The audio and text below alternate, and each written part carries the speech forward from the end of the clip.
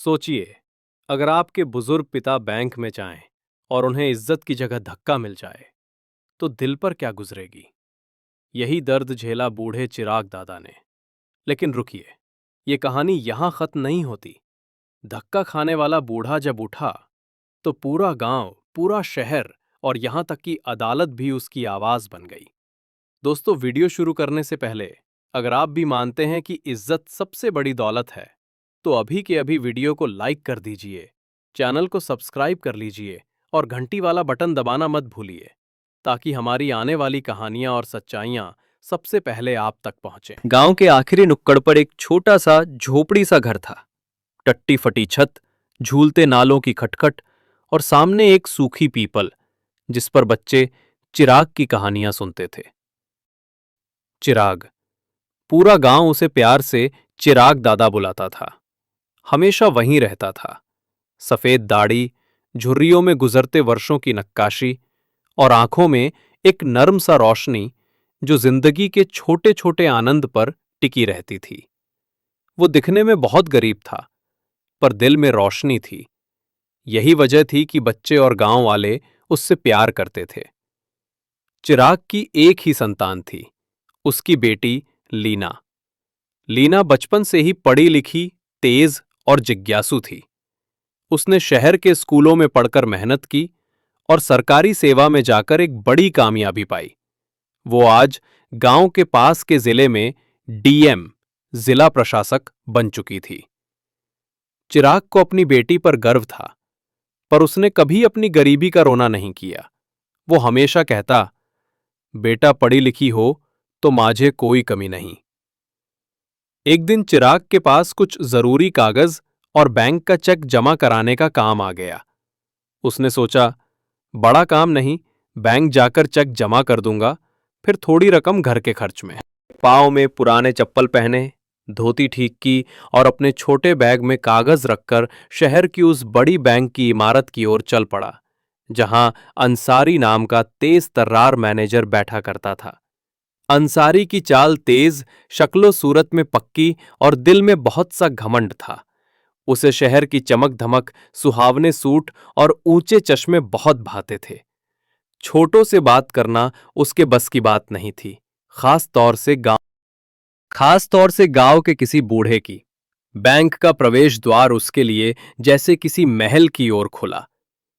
अंदर सफेद टाइल, हवादार हॉल और कतारों में बैठे लोग, सब कुछ इतना अलग लगा कि चिराग का दिल थोड़ी देर के लिए धड़क गया।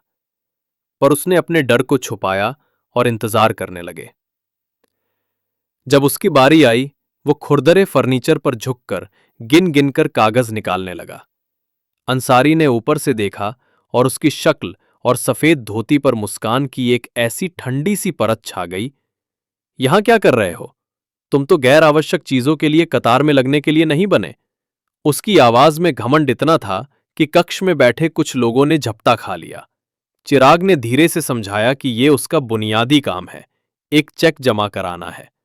उसने अपने पास रखे पुराने ढीले लिफाफे से कागज निकाले, पर कागजों की भाषा और उसकी आदतों की वजह से कुछ कागज उलझे हुए दिखे। अंसारी का धैर्य जवाब दे गया, तुम्हें इस तरह के कागज लेकर यहां आने का हक नहीं, उसने कहा, और बिना किसी औपचारिकता के चिराग के कंधे पर हाथ रखकर उसे धक्का दे दिया। धक्का इतना जोरदार था कि चिराग संतुलन खो बैठा और उसके हाथ से कागज उड़कर फर्श पर बिखर गए। वहां खड़े कुछ लोगों ने सहानुभूति से देखा, पर किसी ने उठकर नहीं कहा। बैंक में नियमों का डर और मैनेजर की सख्ती सबको चुप करा देती थी। अंसारी ने बिना देखे कहा, यहां नादान लोगों की जगह नहीं, बाहर निकलो, और चिराग को आगे की ओर धक्का दे दिया, जैसे वो किसी अनचाही चीज को हटाने की तरह हो। बाहर निकलते ही चिराग की आंखों में नमी आ गई। आंखों के कोने में नाचती वो रोशनी थमी नजर आई। बेटी को बताऊं तो क्या कहूंगा, उसने दिल में सोचा। घर लौटते समय उसकी चाल धीमी थी, पर गरिमा कायम थी। गांव वालों ने उसकी हालत देखी और कुछ ने उसके पास जाकर पूछा। उसने सबक कहना छोड़ा, पर धीरे से गांव के कुछ बुद्धिमान लोगों ने बैंक की उस हरकत का जिक्र किया। खबर गांव से आगे भी फैलती चली गई। कैसे गांव का एक बुजुर्ग बैंक में अपमान सहकर लौटा। एक हफ्ते के भीतर मामला अचानक बदल गया। एक निजी प्राइवेट चैनल पर गांव वालों के एक छोटे क्लिप के साथ ये बात वायरल हो गई। क्लिप में बैंक का अंदर का दृश्य अस्पष्ट था, पर कैप्शन में लिखा था, बूढ़े चिराग का उत्पीड़न, बैंक मैनेजर ने धक्का मारकर निकाला। शहर की हलचल तेज थी। कुछ लोग कहने लगे कि बड़े बड़े बैंक भी लोगों के साथ ऐसा करते हैं। कुछ ने अंसारी का बचाव किया कि नियम तोड़ने पर ऐसा होना स्वाभाविक है।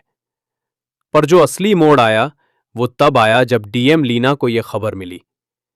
लीना जब गांव की गलियों से गुजरी और चिराग के चेहरे को देखा तो उसका दिल कस गया।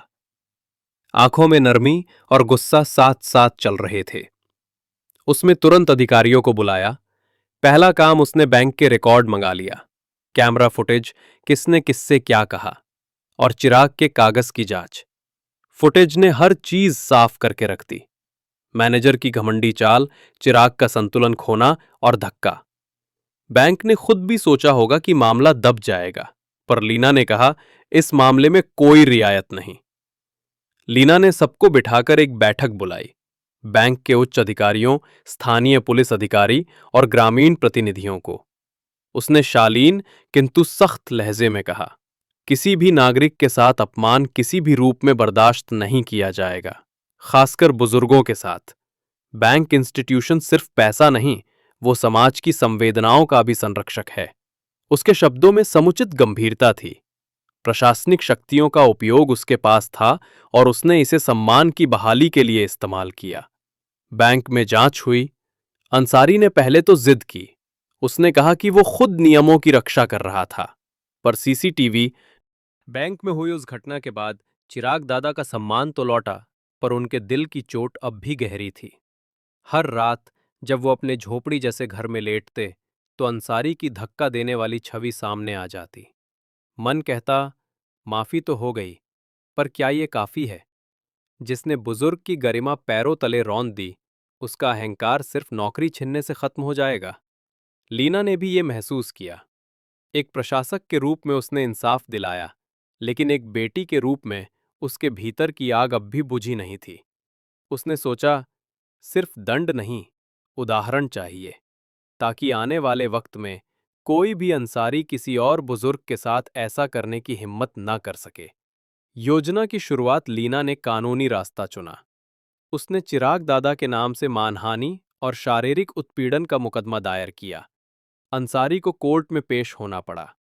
वहां लीना ने वकीलों की मदद से सीसीटीवी फुटेज, गवाहों और सोशल मीडिया पर वायरल क्लिप को सबूत बनाया।